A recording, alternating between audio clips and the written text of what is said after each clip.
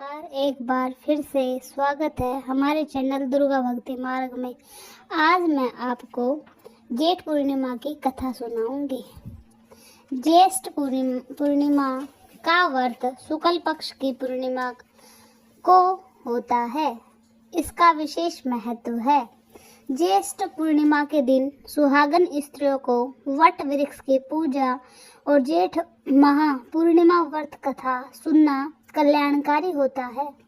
आज के दिन एक बरस की बांस की टोकरी में 7 प्रकार के अनाज को कपड़े से ढककर रखना चाहिए। दूसरी टोकरी में माँ सावित्री की प्रतिमा रखी जाती है और उसी के साथ धूप दीप चावल कुमकुम से पूजा सामग्री रखी जाती और माँ सावित्री की पूजा कर वट वृक्ष की पूजा भी की जाती है। माँ सावित्री की पूजा कर वट वृक्ष के साथ चक्कर लगाते हुए मूली का धागा वट वृक्ष पर बांधा जाता है और किसी निर्धन व्यक्ति या किसी ब्राह्मण को श्रद्धानुसार दान दक्षिणा प्रसाद के रूप में चने व गुड़ दिया जाता है।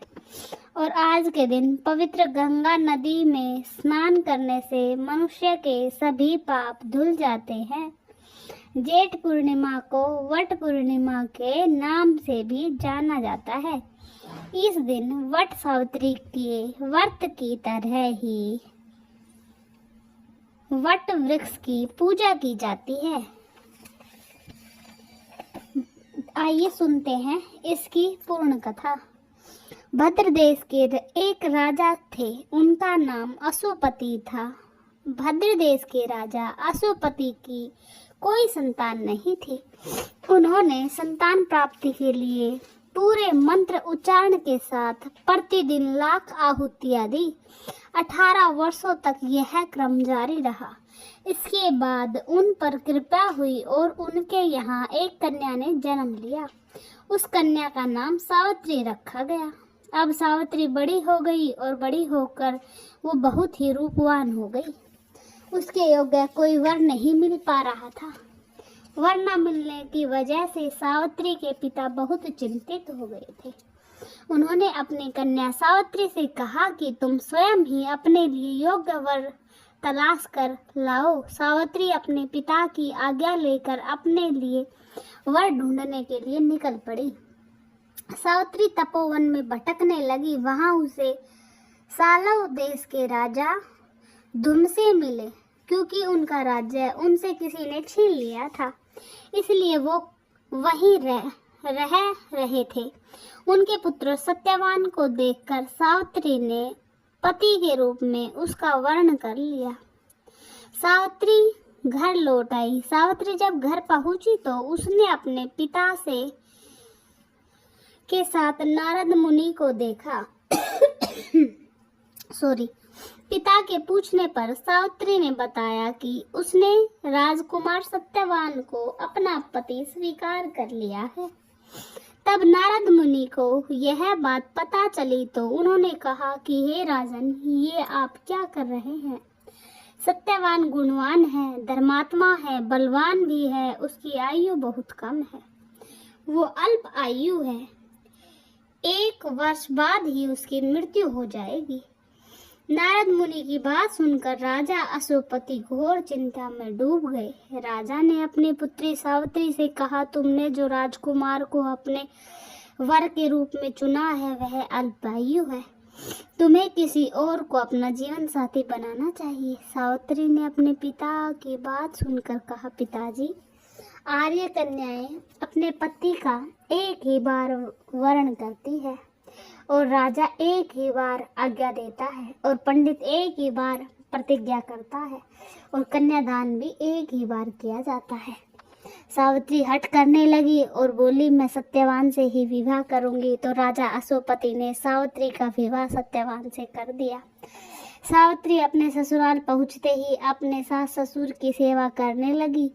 समय बीतने लगा। नारद मुनि ने सावित्री को पहले ही सत्यवान की मृत्यु के दिन के बारे में बता दिया था।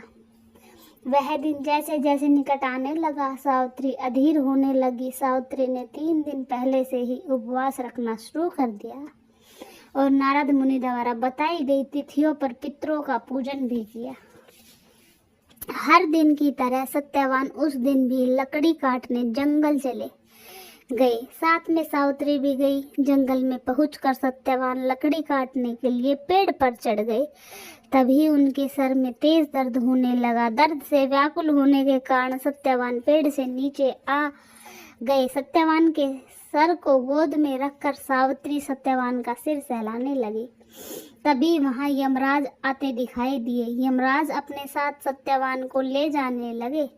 सावित्री भी उनके पीछे पीछे चल पड़ी। यमराज ने सावित्री को समझाने की बहुत कोशिश की, यही विधि विधान है, पर सावित्री नहीं मानी और यमराज के पीछे पीछे चल पड़ी। उन्होंने यमराज ने कहा मैं सत्यवान को ले जाने आया हूँ। सावित्री ने कहा मैं आपको नहीं ले जाने दूंगी। सावित्री को निष्ठा और पति परायण को देखकर यमराज ने सावित्री से कहा, हे देवी, तुम धन्य हो, तुम मुझसे कोई भी वरदान मांगो। सावित्री ने कहा, मेरे सास ससुर वनवासी और अंधे हैं, आप उन्हें दिव्य ज्योति प्रदान करें। यमराज ने कहा, ठीक है, ऐसा ही होगा, जाओ अब यहाँ से लौट जाओ। लेकिन सावित्री अपने सत्यवान के पीछे पीछे चलती रही। यमराज ने कहा, देवी तुम वापस लौट जाओ। सावित्री ने कहा, भगवान, मुझे अपने पति देव के पीछे पीछे चलने में कोई परेशानी नहीं है, मेरे पति के पीछे चलना मेरा कर्तव्य है। सावित्री की यह बात सुनकर यमराज ने उन्हें एक और वर मांगने के लिए कहा। सावित्री बोली, मेरे ससुर का राज्य छीन गया है, आप पुनः वापस दिला दे। यमराज ने सावित्री को यह वरदान भी दे दिया और सावित्री से कहा, अब तुम वापस लौट जाओ। लेकिन सावित्री पीछे पीछे चलती रही। सावित्री को चलता देख यमराज ने सावित्री को तीसरा वरदान मांगने को कहा। इस बार सावित्री ने कहा, 100 संतान और सौभाग्य का वरदान मांग लिया। यमराज इसका वरदान भी सावित्री को दे दिया। सावित्री ने यमराज से कहा, प्रभु, मैं एक पतिव्रता पत्नी हूँ, आपने मुझे पुत्रवती होने का वरदान और संतान का वरदान दिया है। आज आप मेरे पति को कैसे ले जा सकते हैं? यह सुनकर यमराज को सत्यवान के प्राण छोड़ने ही पड़े और फिर यमराज अंतर्धान हो गई और सावित्री उसी वट वृक्ष के पास आ गई जहाँ उसके पति का मृत शरीर पड़ा था और सत्यवान फिर से जीवित हो गए।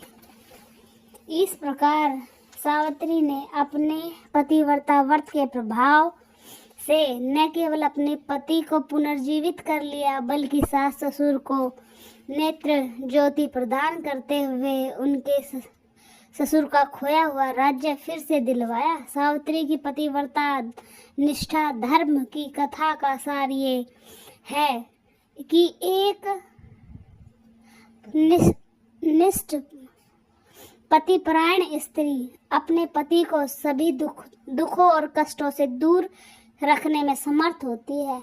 कथा की समाप्ति के उपरांत अपने पति को रोली और अक्षत मतलब चावल लगाकर चरण स्पर्श करे। इसके बाद प्रसाद बांटे और वट वृक्ष का पूजन अर्चन और व्रत करे। सौभाग्यवती महिलाओं की सभी मनोकामना अवश्य ही पूर्ण होगी और उनका सौभाग्य अखंड रहेगा। तो कैसी लगी आपको जेठ पूर्णिमा की ये कथा? कमेंट में जरूर बताएं। धन्यवाद।